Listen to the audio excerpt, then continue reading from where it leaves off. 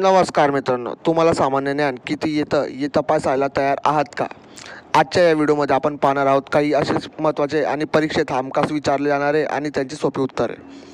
पहा, तुम्हाला किती प्रश्नांची बरोबर उत्तरे येतात. आणि शेवटी एक खास प्रश्न आहे जो फक्त हुशार लोक सोडवू शकतात. म्हणून व्हिडिओ शेवटपर्यंत नक्की पहा. आणि जर तुम्हाला असेच आणखी जीकेचे व्हिडिओ पाहायचे असतील तर आताच आपल्या चॅनलला लाईक करा, शेअर करा आणि सबस्क्राईब करायला विसरू नका. चला तर मग सुरू करूया आजच्या जबरदस्त जीके व्हिडिओ. तर बघा, पहिले जन गण मन कोणी लिहिले? तर त्याचे उत्तर सगळ्यांना माहितीच असेल, रवींद्रनाथ टागोर. तर बघा, जन गण मन हे भारताचे राष्ट्रगीत असून ते रवींद्र टागोर यांनी 1911 साली लिहिले. या गीतात भारताच्या विविध भागांचे आणि लोकांचे एकत्व दर्शवले आहे. टागोर हे महान कवी, तत्त्वज्ञ आणि नोबेल पुरस्कार विजेते होते. राष्ट्रगीत म्हणून 1950 साली याला अधिकृत मान्यता मिळाली. बघा मित्रांनो, मी तुम्हाला जेही सांगत आहे ते तुम्ही पाठ करून ठेवा. हे परीक्षेला केव्हा विचारलं येईल सांगता येत नाही. पुढचे आहे बघा, माझ्या सात्यचे प्रयोग हे पुस्तक कोणाचे? तर त्याचे उत्तर आहे महात्मा गांधी. हे महात्मा गांधीचे आत्मचरित्र आहे. या पुस्तकात त्यांनी आपल्या आयुष्यात केलेले सत्य, अहिंसा आणि नैतिकतेचे प्रयोग सांगितले आहेत. हे पुस्तक केवळ आत्मचरित्र नसून जीवन जगण्याची दिशा दाखवणारे मार्गदर्शक आहे. पुढचा कोणता आहे बघा, 3. गीतांजली हा ग्रंथ कोणाचा आहे? तर हे सगळ्यांनाच उत्तर माहिती असेल याच्या, रवींद्रनाथ टागोर यांचा आहे. गीतांजली हा काव्यसंग्रह टागोरांनी लिहिला असून त्यातील कवितांमध्ये अध्यात्म, निसर्ग आणि मानवी भावना व्यक्त केल्या आहेत. या ग्रंथासाठी त्यांना 1913 मध्ये नोबेल पुरस्कार मिळाला. हा पुरस्कार मिळवणारे ते पहिले भारतीय ठरले. बघा, नोबेल पुरस्कार मिळवणारे पहिले भारतीय कोण? तर ते होते रवींद्रनाथ टागोर.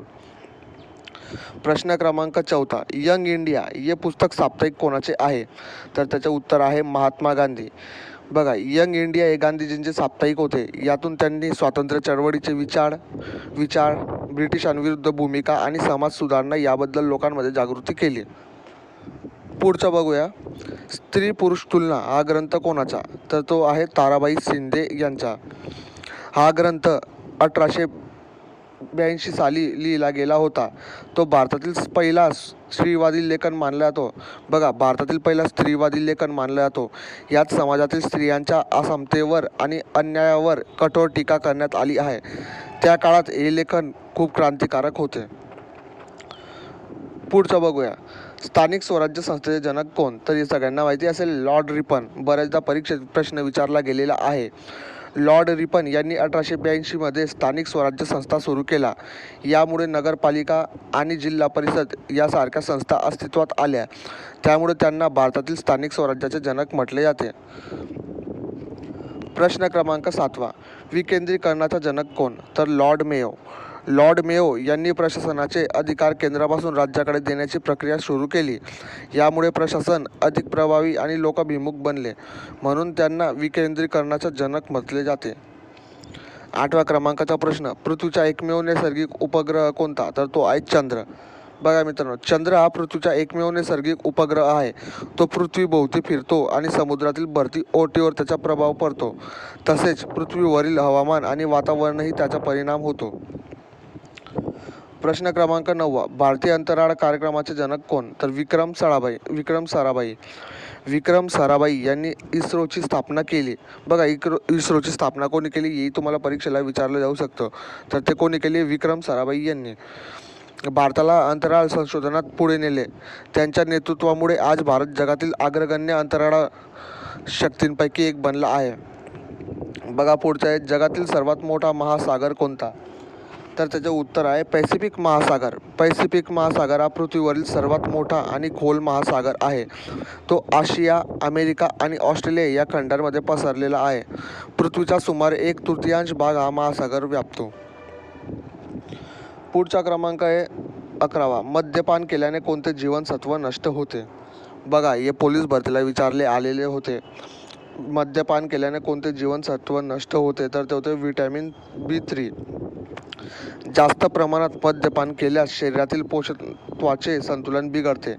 विशेषतः व्हिटॅमिन B3 नायसिन कमी होऊ शकते, ज्यामुळे त्वचा, पचन आणि मेंदूच्या कार्यावर परिणाम होतो.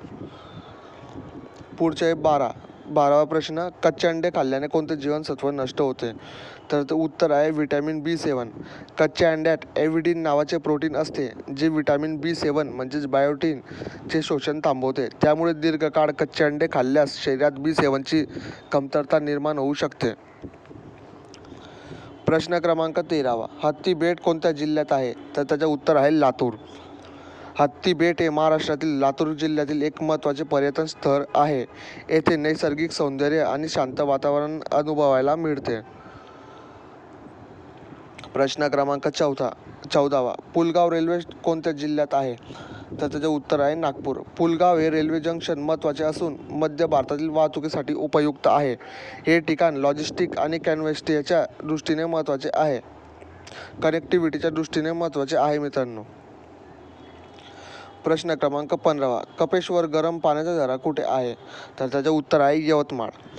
कपेश्वर येथील गरम पाण्याचा झरा नैसर्गिक आहे. अशा झऱ्यांमध्ये खनिजे असतात, जी त्वचा आणि आरोग्यासाठी फायदेशीर मानली जातात. तर त्याचं पुढचा प्रश्न आहे 16वा, उनकेश्वर गरम पाण्याचा झरा कुठे आहे? तर त्याचं उत्तर आहे नांदेड. बघा, 2 पाण्याचे झरे विचारले गरम पाण्याचे. तर बघा, उनकेश्वर हे धार्मिक आणि पर्यटनदृष्ट्या प्रसिद्ध ठिकाण आहे. येथे गरम पाण्याचे झरे असून लोक येथे स्नान करण्यासाठी येतात. प्रश्न क्रमांक 17वा, लोकमान्य पदवी टिळकांना कोणी दिली? तर त्याचे उत्तर आहे रवींद्रनाथ टागोर. बघा, हेही तुमच्या लक्षात असलं पाहिजे. बाळ गंगाधर टिळक यांच्या देशभक्ती आणि नेतृत्वामुळे लोकमान्य ही उपाधी देण्यात आली. याचा अर्थ लोकांनी मान्य केलेला नेता असा होतो. प्रश्न क्रमांक 18वा, उच्च न्यायालयाच्या न्यायाधीशांची नियुक्ती कोण करतो? तर त्याचे उत्तर आहे राष्ट्रपती. भारताच्या उच्च न्यायालयातील न्यायाधीशांची नियुक्ती राष्ट्रपती करतात. यासाठी सर्वोच्च न्यायालयाचे मुख्य न्यायाधीश आणि इतर सल्लागारांची मदत घेतली जाते.